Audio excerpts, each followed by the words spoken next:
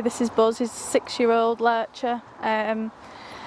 He's just a bit of an anxious bod. It's majorly, I think, he struggles with his anxiety.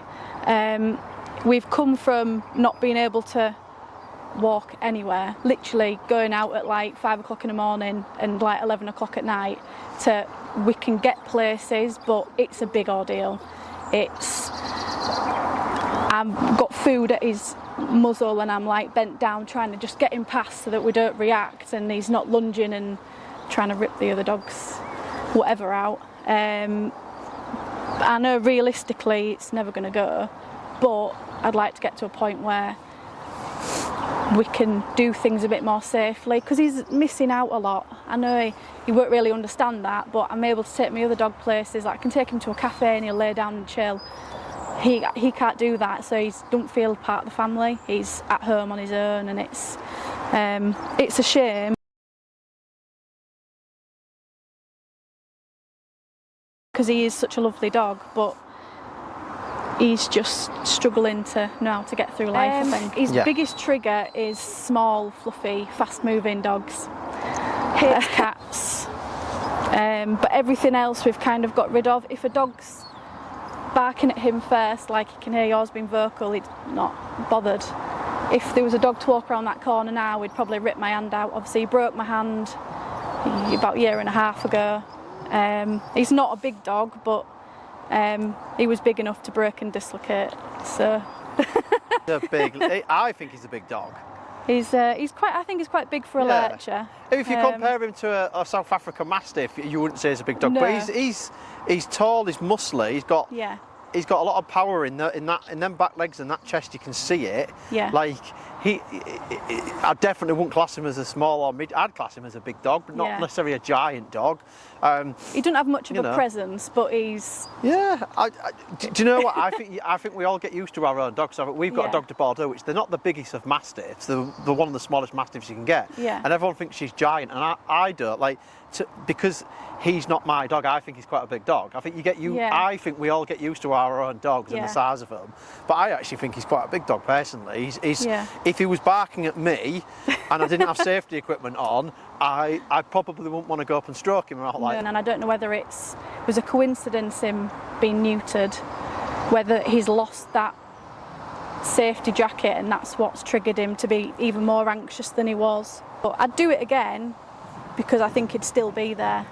He'd probably never make it out if he'd been this reactive at the rescue. I find with the castration that with some dogs it definitely does add to nervousness. Yeah. I think the lack of and this isn't a medical opinion, as a disclaimer, I'm not a vet, just to make that clear, it's just experience with dogs that lowering a dog's testosterone can make some dogs more nervy. Yeah. But it's definitely not always the case, because I'm asked the question at least 2 or 3 times a week, should I have my dog castrated? And I always say, well, first and foremost, you have to go off your vet's opinion. I'm not a vet. Yeah. However, my experience is it can make some behaviours with reactivity worse, but it can work for some people as well. Yeah.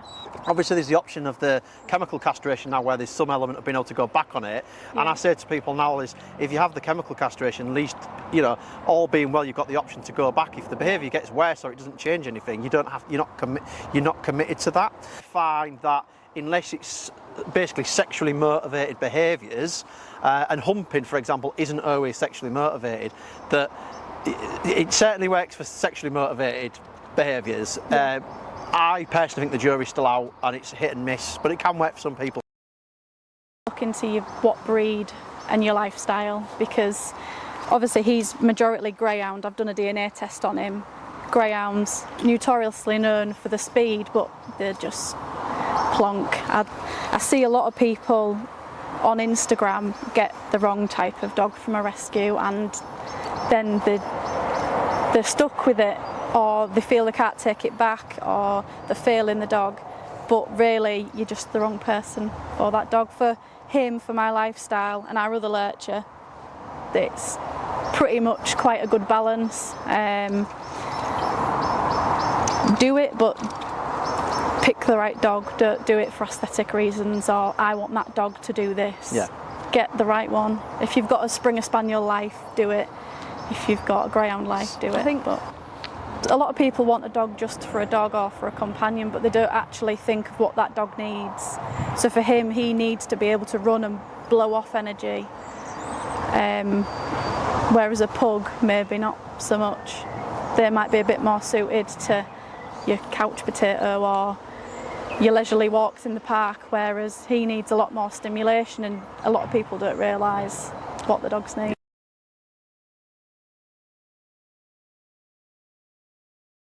So he's 6, Yeah. I guess he's middle-aged, would be probably fair to say, young middle-aged dog. He's not an old dog though. No. And a lot of these behaviours are definitely going to be habitually ingrained in him, which the whole thing about you can't teach an old dog new tricks, it's not strictly speaking true, but it's definitely more difficult. So we've got to think in terms of rehabilitating him and modifying his behaviours, we've got to undo years of basically conditioning. So by conditioning, what I mean in the sense of conditioning is a dog is compulsively doing a certain behaviour. He sees a rabbit or a hare who compulsively wants to chase because that's what he's always done.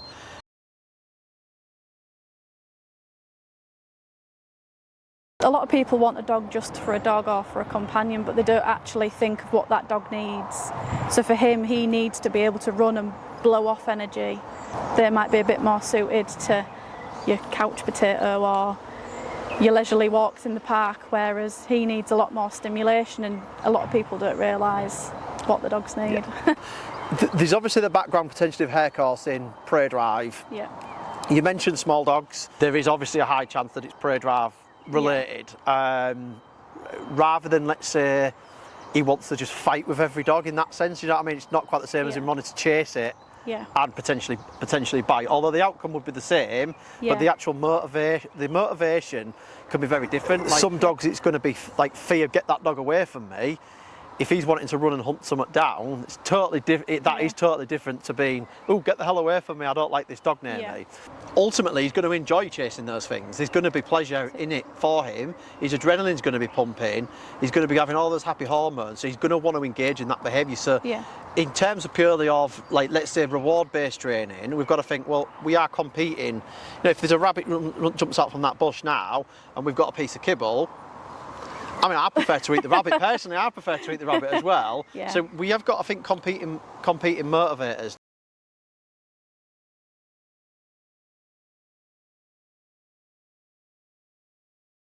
You know, if there's a rabbit jumps out from that bush now and we've got a piece of kibble, I mean, I prefer to eat the rabbit. Personally, I prefer to eat the rabbit as well. So we have got to think competing motivators. Now, I mean, we've done a lot with prey-related issues. Loki, one of our Dutch shepherds, absolutely terrible with sheep.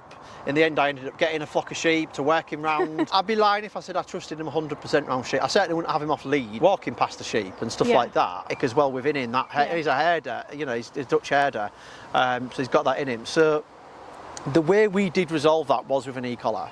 You might want to consider to deal with that issue specifically is an e-collar. Now, it's going to depend on how much of it is straight out prey drive on little dogs.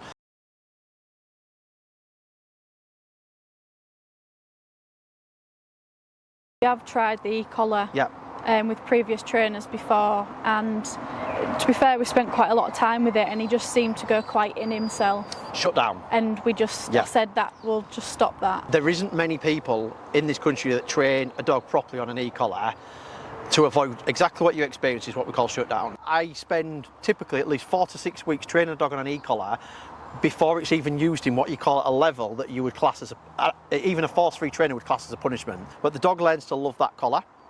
Now, when it is used on a higher level, what you consider a punishment, it's going to be in a situation where the dog's adrenaline's pumping because they're either chasing something or they're kicking off.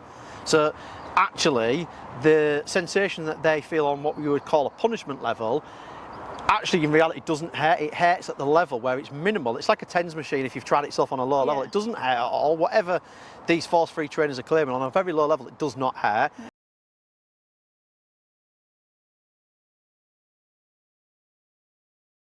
Many people in this country that train a dog properly on an e-collar to avoid exactly what you experience is what we call shutdown. Most dog trainers are gonna, they might give the dog a couple of treats the first time, they're gonna whack an e-collar around that dog's neck and they're gonna take him near a rabbit and they're just gonna fucking shock him every time he looks at the rabbit. Yeah. Like, that, for me, is not acceptable. Yeah. Where it goes wrong for some trainers when they're training it and they're trying to show this is trying to get those levels right on that, and it's about understanding your dog and the e-collar. Is they'll go too high, the dog might let out a yelp and people will jump on, well, your dog yelped. Right?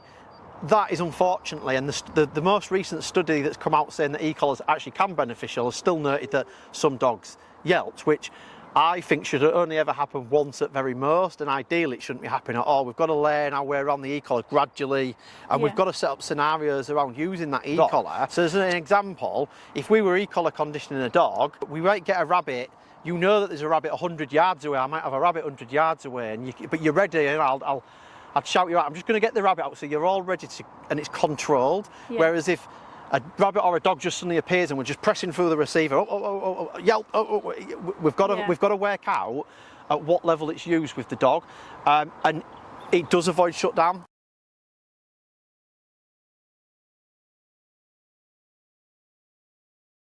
Have a poo. Go on then, get it out, lad. Get it out. Another thing as well is I've took him to Dalby Forest and he's got out the car, seen loads of dogs, not reacted until he's had a poo. Yeah, it could be depend on how long before he actually then blows. We'd look for, as well, it'd be more difficult with his muzzle, look for a precursor of that. Buzz. That he's doing that with his tongue. I'm not sticking my tongue out yet. Yeah. Anything like that. Also look for anything what you might think he's avoiding, so and he's sniffing. Excessively sniffing. Sniffs to go for a wee as well when he sees the dog, and I'll try and stop him doing that, but... Yeah, and does he start kicking his legs out when he's had that way? Yeah. Straight up dominance then, that is straight another up. thing I try and stop him from... It's a natural behaviour for him to do that. He's spreading his scent and saying, this is mine, this is mine. Yeah. Personally, I wouldn't stop it. That generally is called, it's called a displacement behaviour. Yeah. So he's seen the dog, he's seen whatever it is he wants to get, he can't get it because it's either too far away, he's on a lead, he's not allowed to do it, or he knows he can't get it. So he'll do something else. The most common is that. I see it a lot in a dog, and people go, my dog's all right, it's friendly, it's all fine. They're all right, it's not fine, it's about to kick off. Yeah. Because I can see one of the dogs.